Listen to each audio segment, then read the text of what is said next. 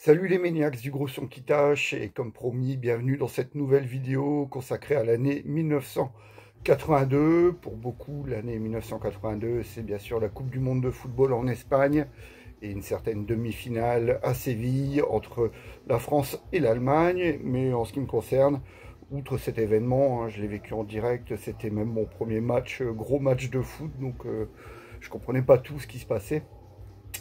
Mais en ce qui me concerne, bien sûr, c'est le début d'une passion indéfectible pour cette musique que le hard rock et le métal. Et donc, c'est logiquement que je vous propose quelques albums de cette année-là. Mais tout d'abord, un album paru 10 ans plus tard, le deuxième album de Dan Swano et son Edge of Sanity paru à l'été 1992 sur le label de Black Mark. L'album Unorthodox, superbe album de death suédois et produit par le groupe lui-même. Enfin, à mon avis, c'est surtout Dan Swano qui a mis la main à la pâte. Rien que le morceau Enigma est vraiment somptueux. Excellent album de death metal suédois. C'est pas du mélodeath, mais c'est bien mélodique, en tout cas. Allez, 8 albums, il y en aura d'autres qui viendront dans une prochaine sélection, donc vous pouvez considérer cette vidéo comme la part 1 de l'année 1982 en hard rock et metal, et je me suis amusé à faire une petite chaîne entre tous ces disques, qui fait que chaque disque a un rapport avec le suivant, et même parfois il y a plusieurs points communs. Et c'est parti avec le deuxième album de Warning, le groupe français, emmené par Raphaël Garrido et Chris Aubert, et produit par Dieter Dierks, donc somptueux album de hard français, avec le son international qui va bien, et les classiques Fire Fire, Spin-moi, Rock City, Commando, et à la batterie, c'est le futur Rita Mitsuko qui nous a quittés il y a quelques années, Gérald Manceau. Donc le point commun entre Warning et l'album suivant, c'est bien sûr le producteur Dieter Dierks qui produit également la même année un des plus célèbres albums de Scorpion et un de ses albums les plus hard, Blackout, très célèbre bien sûr pour son titre éponyme. Et puis il n'y a que des tubes encore une fois. La balade de rigueur, When the Smoke is Going Down, No One Like You qui a fait un tabac aux États-Unis cet été-là. Can't Live Without You, qui est vraiment un autre classique. Et le très mélodique You Give Me All I Need, coécrit avec le batteur Herman the German Rarbel. À ne pas confondre avec le groupe de grind Herman Rarbel. Oui, ça existe. Vous pouvez aller vérifier sur Encyclopédia Metallium. Le point commun entre Scorpion et Accept, bien sûr, la nationalité. Accept viennent de Solingen, Scorpion de Hanovre. Et Accept en 1982 sort son quatrième album Restless and Wild avec le guitariste Herman Frank qui remplace Jörg Fischer et bien sûr les quatre autres Stefan Kaufmann, Udo Dirkschneider, Wolf Hoffmann et Peter Baltes, avec bien sûr le classique Fast as a Shark avec sa fameuse intro, sa trop fameuse intro peut-être, le titre Restless and Wild qui donne son nom à l'album. Excellent album, mais ils ont fait mieux par la suite, je préfère quand même, eh bien oui, Metal Heart. Pourquoi? Parce que produit par Dieter Dierks, le son germanique de Dieter Dierks, le gros son des années 80, c'est un des meilleurs en tout cas dans cette compétition-là, hein, la course au gros son. Je crois que Dieter Dierks avec Max Norman, il se tirait un peu la bourre. Quel le rapport avec Accept et Raven? Raven et son deuxième album Wiped Out, le line-up reste inchangé. Rob Waco Hunter à la batterie et les frères Gallagher, John et Mark.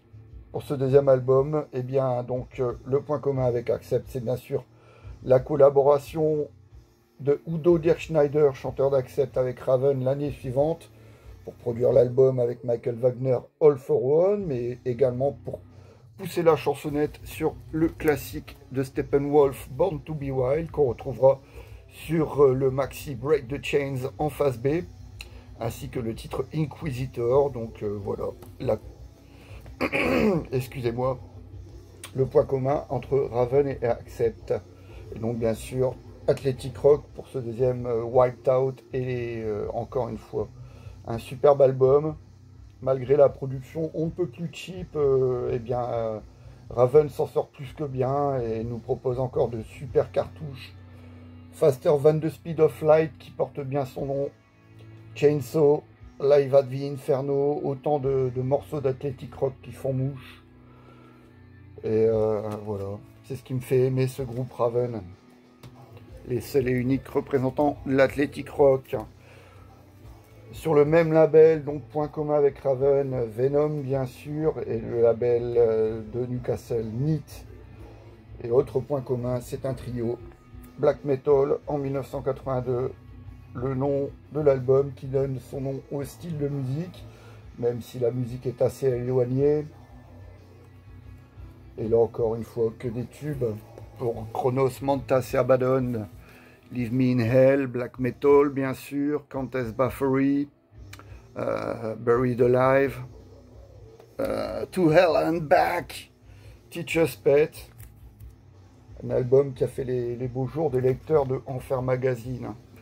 Venom est vraiment indissociable des premières années de Enfer Magazine, tellement il vénérait ce groupe.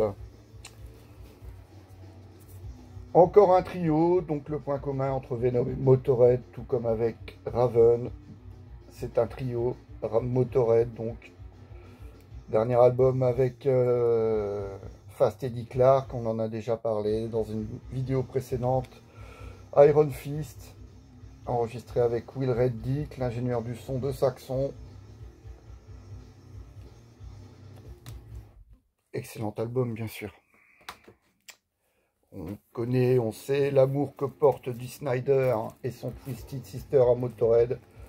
Donc voilà, c'est tout à fait logique que Motorhead et Twisted Sister figurent côte à côte dans cette rétrospective.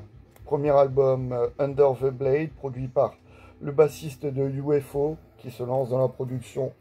Pitway, les premiers classiques, ils sont sur ce disque. Run for Your Life. What You Don't Know Sure Can Hurt You, qui ouvre les concerts.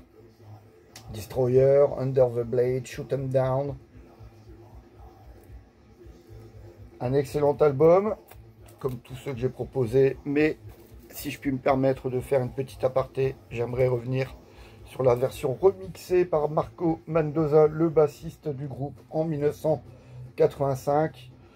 Et je reviens sur cette version remixée parce que c'est la version avec laquelle j'ai connu cet album et c'est tout bonnement mon premier disque de Twisted Sister, acheté dans un supermarché pour la modique somme de 33 francs.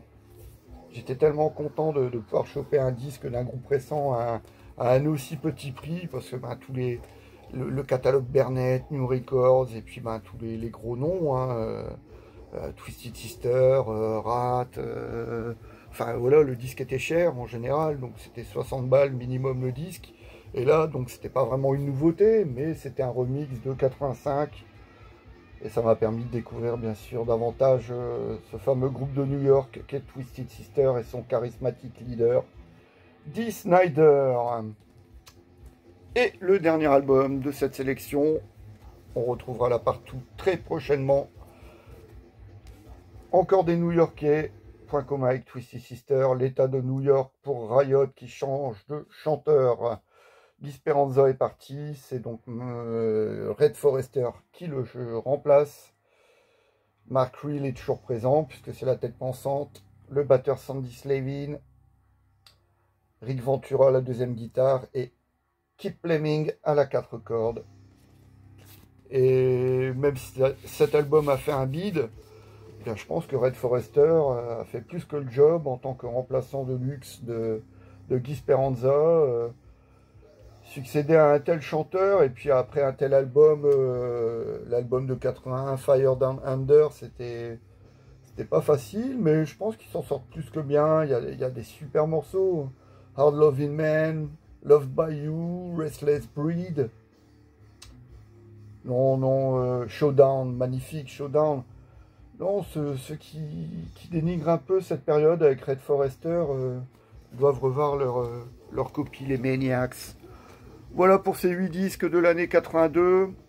Je vous le promets, la partout de l'année 82, la rétrospective de cette année-là, eh bien, arrivera très prochainement. En tout cas, appréciez cette vidéo. N'hésitez pas à laisser vos commentaires. Et je vous dis à très vite les Maniacs. Ciao!